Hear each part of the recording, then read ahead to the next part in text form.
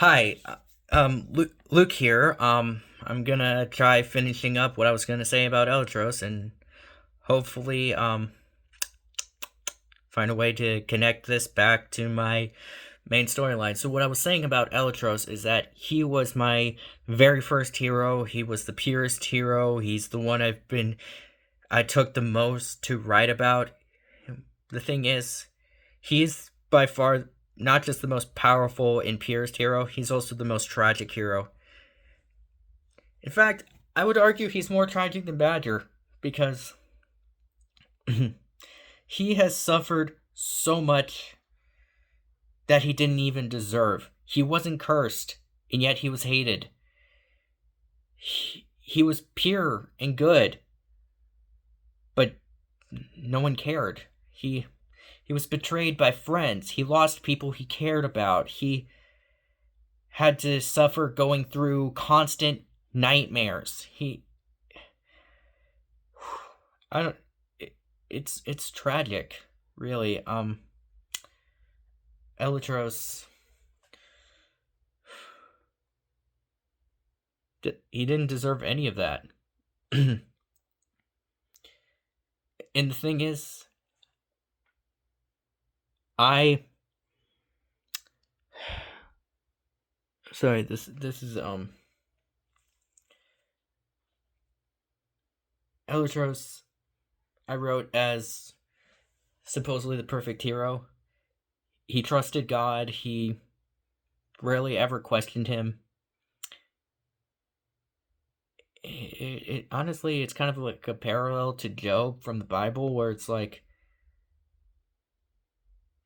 he started he's stayed as faithful, but by the time he started questioning why God allowed him to let all of this darkness, all of this tragedy happen to him, he quickly remembers who God is and why all of this that happened to him made so much sense to him.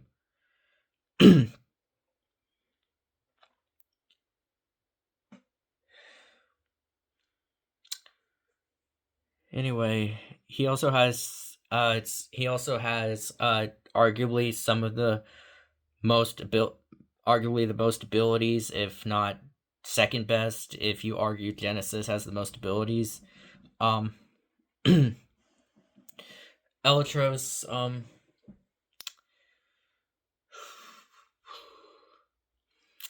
you know what? I'm just gonna explain why Eletros is so powerful. I didn't really do this for others, but his feats of power. Let's do this. Um he can create planet destroying lightning storms and hurricanes. He can casually throw planets. He's been able to shatter in an infinite void and destroy a black hole while inside of it, all with just his aura. He um he has he has fought and defeated basically all of fiction. He what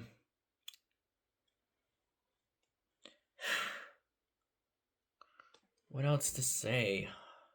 I mean, yeah,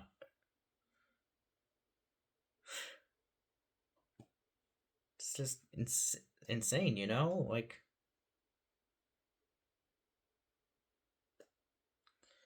defeated he's defeated all the gods of myth. He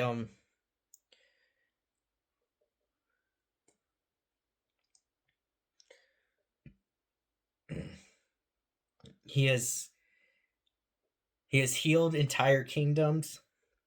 He has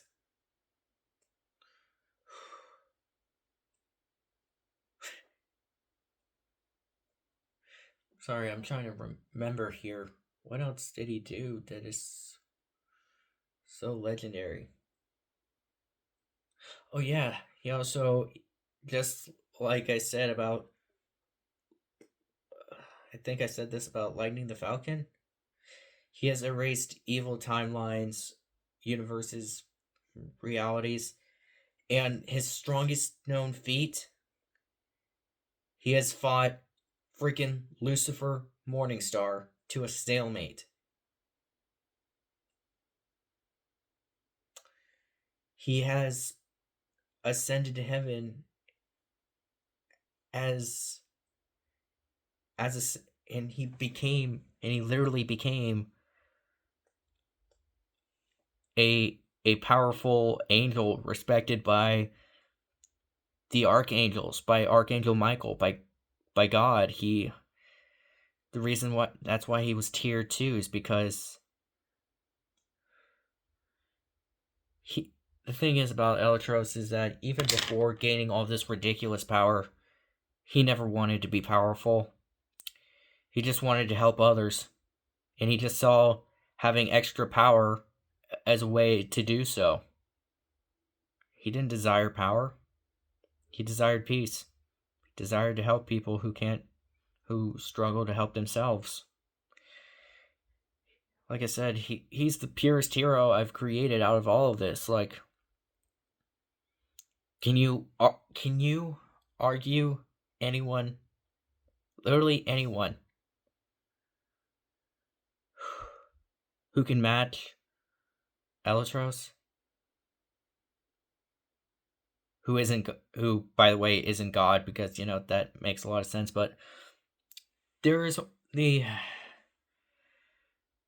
You know what? I'm gonna just stop trying to talk about Eletros because there's just so much to talk about him, and my mind is losing it. So I'm just gonna jump into two more spots that are beyond the top 10 list. So coming at number 0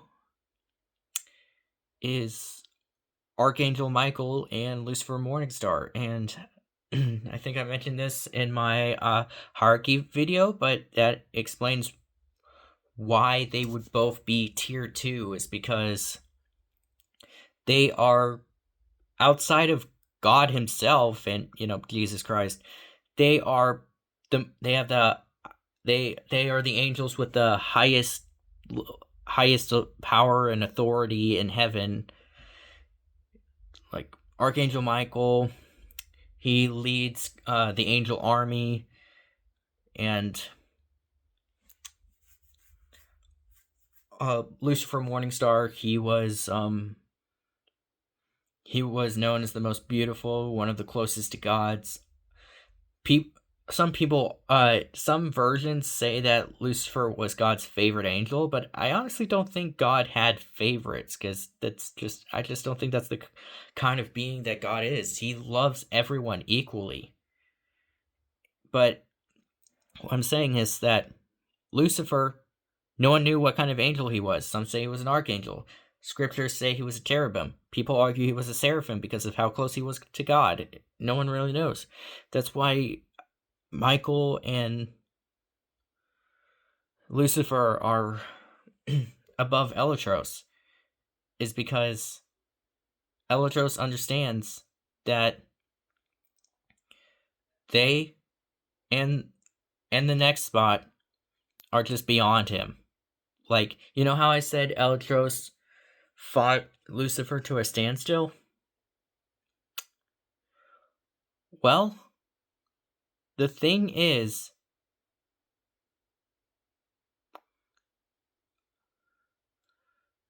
in that moment, when they stopped, Eletros couldn't fight anymore, but Lucifer could. But Lucifer decided to spare Eletros and said, you know what, you've proven yourself enough, kid. I'm just going to leave you alone here. And so, yeah. Further proving that Lucifer still had a lot more power that he could have used against Eletros, but chose not to. Yeah, that's the weird thing that I wrote. The way I wrote Lucifer here is because even though in reality Lucifer is the most evil being in existence, at least according to the Bible, and the way I wrote it is more of like he's an antagonist. He does things bad, but throughout most of the story, he's more of a side character who appears to kind of like to like show up, talk to the main character, and kind of like just evaluate how their journey does. But Lucifer himself in the story claimed that he doesn't mess with Eletros. He just chooses to leave him alone. So most tragedies that happen to Eletros is either through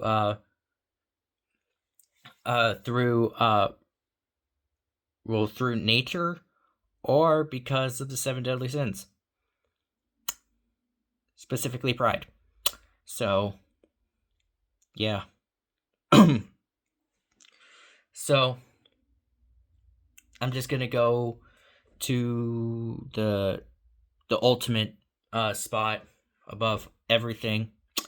So coming in at spot infinity, number infinity, we have God himself, Jesus Christ, Yahweh, the biblical Bible, the one true God, the being that created everything, the being that made it possible for me to even explain these stories to you. And that's all I have to say about him. It's self-explanatory. He is the ultimate supreme being of all existence. So, anyway, I'm going to sign off now. Thank you for watching this, and hope you